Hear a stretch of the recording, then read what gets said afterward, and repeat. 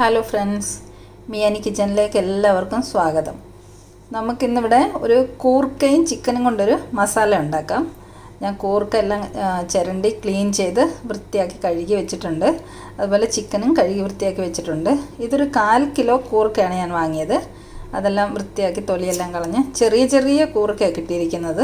അതുകൊണ്ട് ഞാനിത് കട്ട് ചെയ്യുന്നില്ല, മുഴുവത്തെ തന്നെ നമുക്കിട്ട് വേവിക്കാം. അതുപോലെ ഒരു 200 ഗ്രാമോളം ചിക്കൻ ഉണ്ടാവും ഇത്.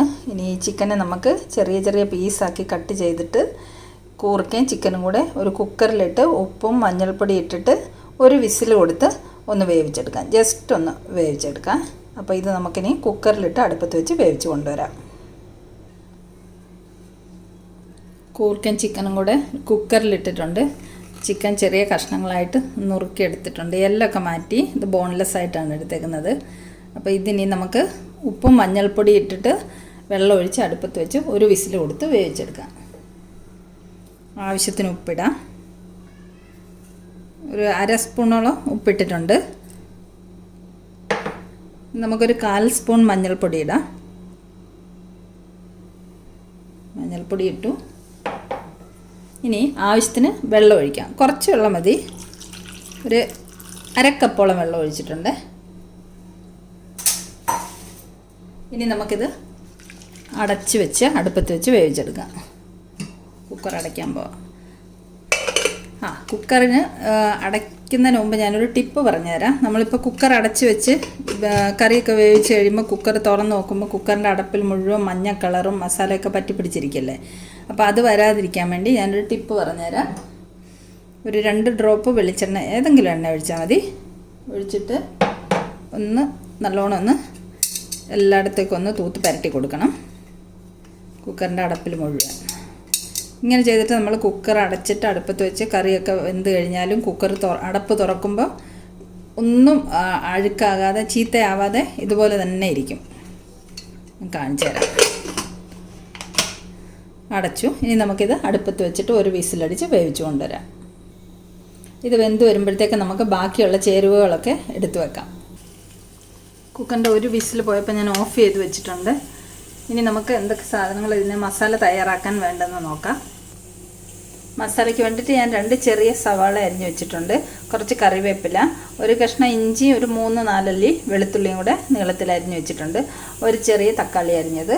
പിന്നെ പൊടികൾക്ക് 1 teaspoon Kashmiri chilli powder, 1/2 spoon garam masala, 1/4 spoon മഞ്ഞൾപ്പൊടി, 1/4 സ്പൂൺ തന്നെ കുരുമുളക് പൊടി. ഇത്ര സാധനം മതി നമുക്ക് ഇതിൻ്റെ മസാല തയ്യാറാക്കാൻ. ഇനി നമുക്ക് മസാല തയ്യാറാക്കാം. ചീനച്ചട്ടി അടുപ്പത്ത് വെച്ച് എണ്ണ ഒഴിച്ച് 2 സ്പൂൺ എണ്ണ ഒഴിച്ചിട്ടുണ്ട്. എണ്ണ ചൂടായി. നമുക്കിനി കടുക് ഇട്ട് കൊടുക്കാം. കടുക് നമുക്ക് അടച്ചു വെക്കാം കടുക് പൊട്ടുന്ന വരെ, അല്ലെങ്കിൽ കടുക് പൊട്ടിത്തെറിച്ച് നമ്മുടെ സ്റ്റൗ എല്ലാം വൃത്തികേടാവും.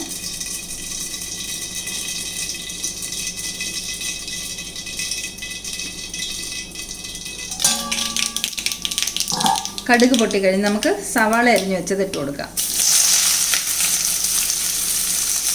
സവാളയുടെ കൂടെ തന്നെ ഇഞ്ചി, വെളുത്തുള്ളി, കറിവേപ്പില ഇട്ട് കൊടുക്കാം. നല്ലോണം ഇളക്കി മിക്സ് ചെയ്യുക.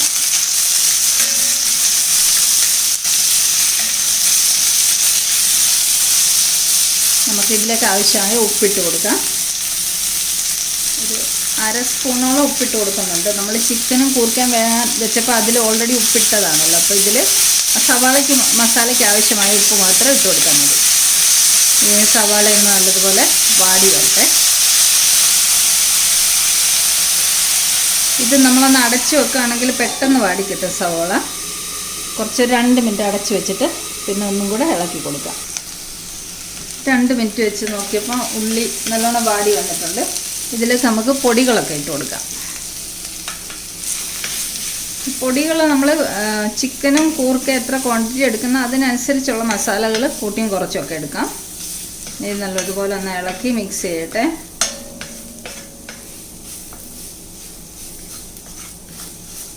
പൊടിയൊക്കെ ഒന്ന് മൂത്ത് വന്നു കഴിയുമ്പോൾ നമുക്ക് തക്കാളി ഇട്ട് കൊടുക്കാം. പൊടിയുടെ ഒക്കെ പച്ച മണം ഒന്ന് മാറി കിട്ടട്ടെ. 2 മിനിറ്റ് ഒന്ന് മൂക്കട്ടെ. പൊടികളൊക്കെ മൂത്ത് വന്നിട്ടുണ്ട്. അതിലേക്ക് നമുക്ക് തക്കാളി ഇട്ട് കൊടുക്കാം. ഒരു തക്കാളിയാണ്. ഇത് നല്ലോണം ഒന്ന് ഇളക്കി മിക്സ് ചെയ്തിട്ട് നമുക്കിത് അടച്ചു വെച്ച് ഈ തക്കാളിയെല്ലാം ഒന്ന് വെന്ത് സെറ്റാകാൻ വേണ്ടിയിട്ട് ഒരു 5 മിനിറ്റ് അടച്ചു വെച്ച് വേവിക്കണം. നല്ലോണം ഇളക്കി മിക്സ് ചെയ്തിട്ടുണ്ട്. നമുക്കിത് അടച്ചു വെച്ച് ഒരു 5 മിനിറ്റ് വേവിക്കാം. അപ്പോഴേക്ക് തക്കാളിയൊക്കെ നല്ലതുപോലെ വാടിക്കിട്ടും. നമ്മുടെ മസാല ഇവിടെ റെഡി ആയിട്ടുണ്ട്. ഇതിലേക്ക് നമുക്ക് വേവിച്ച് വെച്ചിരിക്കുന്ന ചിക്കനും കൂർക്കയും കൂടെ ഇട്ട് കൊടുക്കാം.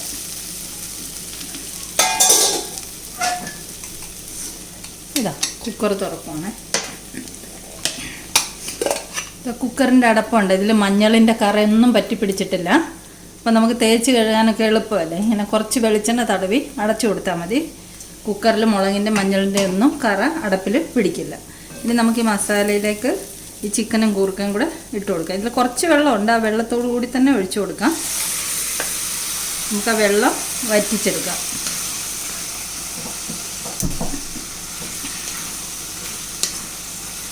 നല്ലോണം ഇളക്കി മിക്സ് ചെയ്ത് കൊടുക്കാം.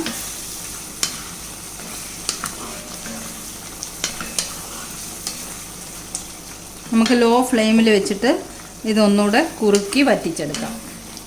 ഇടയ്ക്കിടയ്ക്ക് ഒന്ന് ഇളക്കി കൊടുത്തിട്ട് ഒന്ന് വറ്റിച്ചെടുക്കാം. കുറച്ച് വെള്ളം ചാറുണ്ട് ഇതിൽ, അതൊന്ന് വറ്റിച്ചെടുക്കാം.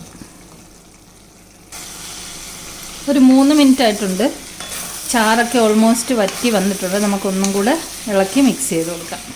അപ്പം നല്ല പരുവത്തിനായിട്ടുണ്ട് മസാല, ചിക്കൻ കൂർക്ക മസാല. ഇനി ഒരു 2 മിനിറ്റും കൂടി ഇങ്ങനെ തന്നെ ഇരിക്കട്ടെ. എന്നിട്ട് നമുക്ക് ഫ്ലെയിം ഓഫ് ചെയ്യാം. നമ്മുടെ കൂർക്ക ചിക്കൻ മസാല ഇവിടെ റെഡി ആയി കഴിഞ്ഞു. നമുക്ക് കുറച്ച് കറിവേപ്പിലയും കൂടെ മുകളിലോട്ട് ഇട്ട് കൊടുക്കാം. ഇത് കണ്ട, ഇതുപോലെ കുഴഞ്ഞ പരുവത്തിലിരിക്കണം. നല്ല ടേസ്റ്റാണ് ഇതിന്. കൂർക്കയും ചിക്കനും കൂടെ മിക്സ്. ഇതാ കറി ഇവിടെ തയ്യാറായി കഴിഞ്ഞ്. ഇപ്പം എല്ലാവർക്കും ഒന്ന് റെഡിയാക്കി നോക്കാൻ തോന്നുന്നില്ല? ഇതുപോലെ നല്ല ടേസ്റ്റാണ് ഇതിന്. എല്ലാവരും ഒന്ന് തയ്യാറാക്കി നോക്കണേ. നമുക്കിത് ഒരു പാത്രത്തിലേക്ക് സെർവ് ചെയ്യാം. ഫ്ലെയിം ഓഫ് ചെയ്യുവാണ്. നമ്മുടെ അടിപൊളി കൂർക്ക ചിക്കൻ മസാല ഇവിടെ റെഡി ആയിട്ടുണ്ട്. നല്ല ടേസ്റ്റാണ് ഇതിന്. ഒരു ചിക്കൻ കറിയുടെ അതേ ടേസ്റ്റാണ്. ആ കൂർക്കയ്ക്കൊക്കെ ചിക്കൻ്റെ നല്ല ടേസ്റ്റ് വരും. ചിക്കനൊക്കെ നല്ലതുപോലെ വെന്ത് മിക്സ് ആയിട്ടുണ്ട്. അപ്പോൾ ഈ റെസിപ്പി എല്ലാവർക്കും ഇഷ്ടമായെന്ന് വിചാരിക്കുന്നു. റെസിപ്പി ഇഷ്ടമായെങ്കിൽ എല്ലാവരും വീഡിയോ ഒന്ന് ലൈക്ക് ചെയ്യണം, ഷെയർ ചെയ്യണം, സബ്സ്ക്രൈബ് ചെയ്യണം. അപ്പം വീണ്ടും ഇതുപോലെ സിമ്പിൾ റെസിപ്പികളുമായിട്ട് നമുക്ക് കാണാം. Thank you so much for watching the video.